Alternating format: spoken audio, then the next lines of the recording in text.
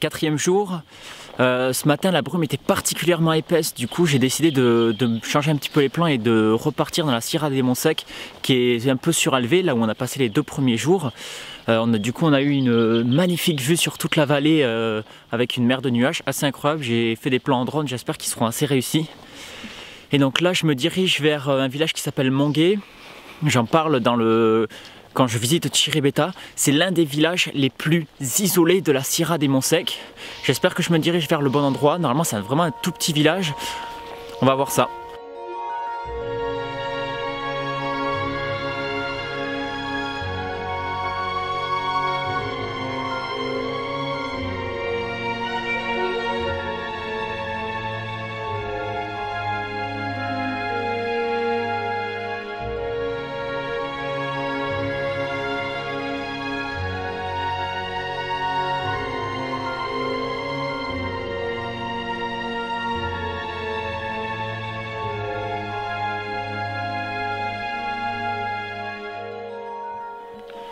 Le chemin est absolument exceptionnel.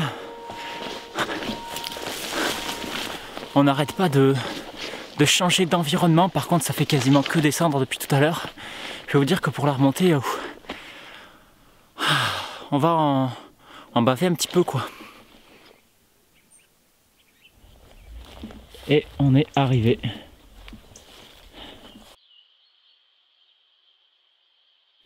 Et voici la plus imposante maison du village.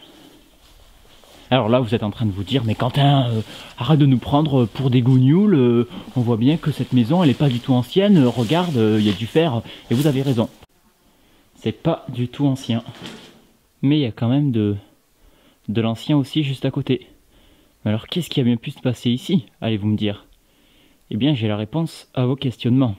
Ce village il est assez ancien puisqu'il communiquait avec tous les autres villages de la Sierra de Monts Secs, là où on se trouve, notamment avec celui de Chiribeta, puisque les élèves d'ici mettaient 1h30 à pied pour aller jusqu'à l'école là-bas et pour revenir. Ce qui s'est passé, c'est qu'à la suite de la construction de l'embalse de Caneles, un immense barrage, le village s'est retrouvé encore plus isolé et forcément les habitants ont quitté le village dans les années 60-70. Par la suite, dans les années 2000, de riches propriétaires se sont dit « Bah les gars, si on achetait un village complètement paumé que personne ne veut, et si on y construisait quelque chose pour faire un hôtel, un centre d'interprétation, et bien voilà le résultat. »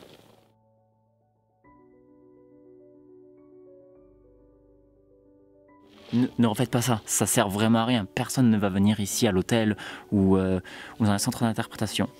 Résultat, le projet a été totalement abandonné et les travaux sont restés tels quels. On peut voir que pour ce bâtiment, ils se sont servis à la base d'une ancienne maison. On voit notamment la peinture bleue typique des anciennes habitations.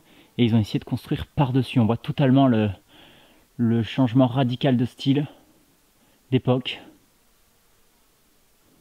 Regardez, on a encore une vieille machine pour travailler le sol. On se rend bien compte ici de l'ancienne configuration du village, qui était totalement adossée à la falaise. On a une maison ici. On en a une autre là-bas. Et en fait, tout le long de cette grande falaise, il y a des petites habitations.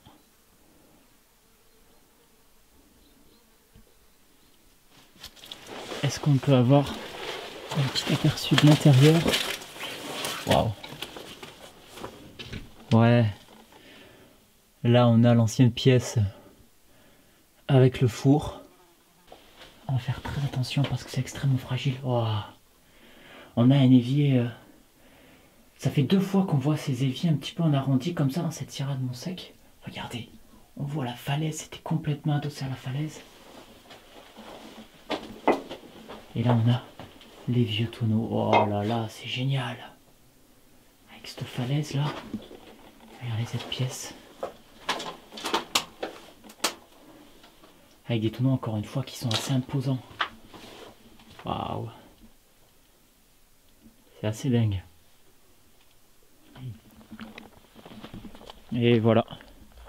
Le deuxième exemple d'architecture moderne qui a été complètement abandonné.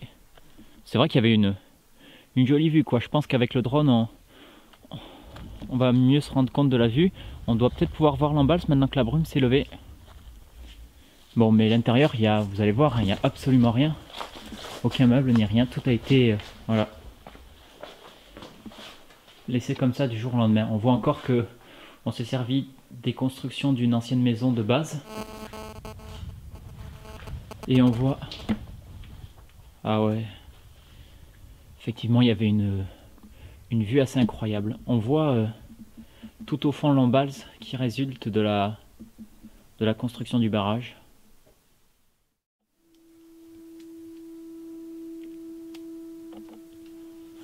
Allez, on va rentrer dans cette église.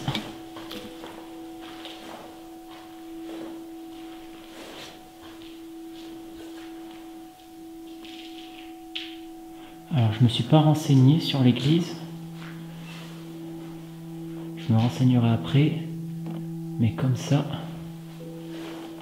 je dirais qu'on est sur une église romane. Peut-être du XIIe siècle. Qui est encore assez bien conservée.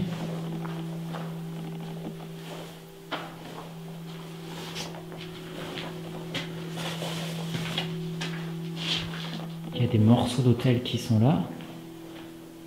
Et les escaliers ont l'air plus qu'en bon état. On va monter.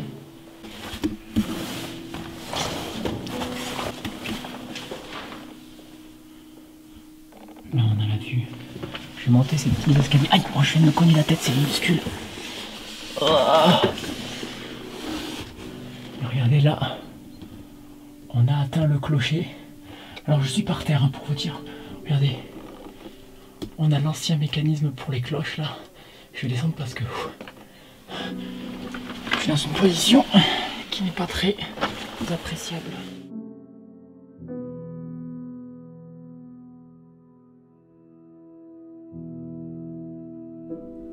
Au premier regard, je n'ai pu trouver aucune information sur cette église. Mais après de longues recherches, je suis tombé sur une chronique du XVIIe siècle contant l'histoire de la Catalogne. En 1142, les Templiers, cet ordre mythique, sont engagés pour combattre les morts en Espagne et se voient alors accorder le Castillo de Montgey qui se trouve quelques kilomètres seulement au-dessus du village. C'est de là que va commencer l'expansion de cet ordre en Catalogne. Les Templiers vont alors obtenir l'autorisation pour construire plusieurs temples, notamment celui de Santa Maria de Montgey. Quant au village en lui-même, il était habité par des agriculteurs et des éleveurs. On y cultivait principalement du blé et de l'orge.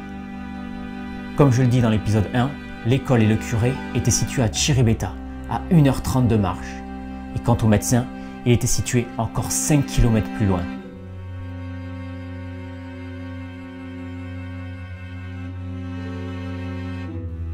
Malgré la beauté de son environnement, il semble que rien, aujourd'hui, ne pourra venir sauver ce village de son isolement et de sa difficulté d'accès. Derrière moi se trouve la mer de nuages la plus grande et la plus épaisse que j'ai jamais vue toute ma vie. Je suis monté, la mer de nuages n'a pas arrêté de monter avec moi et elle ne s'est pas dissipée comme elle l'a fait les autres jours. Donc au final, je me suis retrouvé quasiment au point culminant de la vallée dans laquelle je me trouve. Et je vais essayer d'aller dans un des villages les plus élevés tout simplement de cette vallée. Un village qui s'appelle Nochelas. On se retrouve là-bas. Et nous voici arrivés à Nochelas.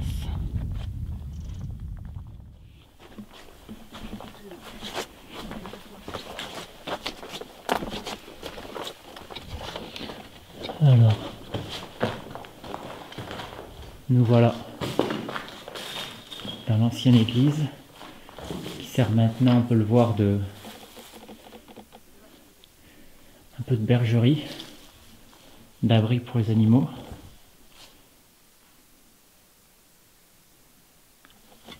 L'entrée principale se faisait probablement ici. Regardez, si on dévie un peu le sol, on peut apercevoir l'ancien carrelage de l'église, l'ancien dallage. Ce village, divisé en deux quartiers bien distincts, comme le montrent les images, et dont il ne reste aujourd'hui presque que l'église, comptait 64 habitants en 1930. Comme pour Montgey, son isolement et sa difficulté d'accès ont été les facteurs principaux de son abandon. Mais ce village ne pourrait bientôt n'être qu'un exemple parmi tant d'autres. Le matin même, lors de la visite d'un village et de sa cathédrale, pourtant très accessible et encore habitée, la gardienne du lieu a abordé ce problème. No hay, tampoco hay, es que no hay gente. Gente joven se han ido todos, han marchado todos. Elle dira plus tard, mot pour mot, ce village est mort, avant d'ajouter que ce n'est pas le seul, en prenant notamment l'exemple de Montagnana, village spectaculaire mais habité à l'année par une seule personne.